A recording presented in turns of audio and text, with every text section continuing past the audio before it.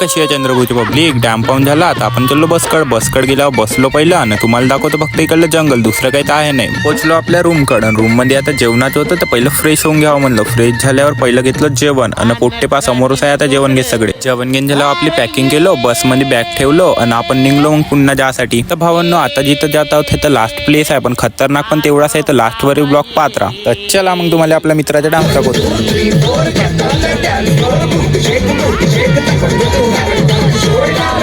जास्त काही न दाखवता आपण पोहोचलो आपल्या प्लेसवर. आता समोर सगळे पोट्टे जात होते तर आपणही जात होतो मग इकडं तिकडं पाहत. तर भावांनो ज्यांना कोणाला या ब्रिजचं नाव माहित आहे तर सांगा मग कमेंट मध्ये. समोर गेल्यावर आपल्याला दिसली ह्या ब्रिजची बिल्डिंग, तर त्याच्यावर तर चढाच लागेल ना. आता घेतली तिकीट आपण. तिकीट होती 50 रुपये. काढली आपण एवढ्या पोट्ट्यानं. तिकीट काढून तर लाईन मध्ये लागलोच होतो आपण. आणि लाईन एवढी मोठी कारण की लिफ्ट न जात होतं, आपल्याला पैदल जाण्यावर जात होते, पण आपण तर काही जाणार नव्हतो. थोड्या वेळ वाट पाहून तर आपण पण लिफ्ट मध्ये आलतो आणि सगळे पोट्टे येतच होते आणि व्ह्यू तर एक नंबर होता. वर गेल्यावर पाहतो तर पब्लिक तर बहुत होती आणि खाण्याचे बहुत काही होते. येतच खाण्याचे पण घेऊ, पण चला तुम्हाला पहिलं व्ह्यू दाखवतो. बाहेरचा व्ह्यू तर बा एक नंबर दिसते वरतून. आता अंदरून पहा, अंदरून जे काचाचे आहे त्याच्यावर आपल्याला चालता पण येते. त्याच्या बाद आपण आईस्क्रीम म्हणून कोणही घेऊन घेतला. कोण घेऊन निघलो आपण जासाठी. खालची भीड पाहून तर झालं बड्या झालं म्हणलं लवकर गेलो. तर आता चला मग तुम्हाला बस मधला माहोल दाखवतो.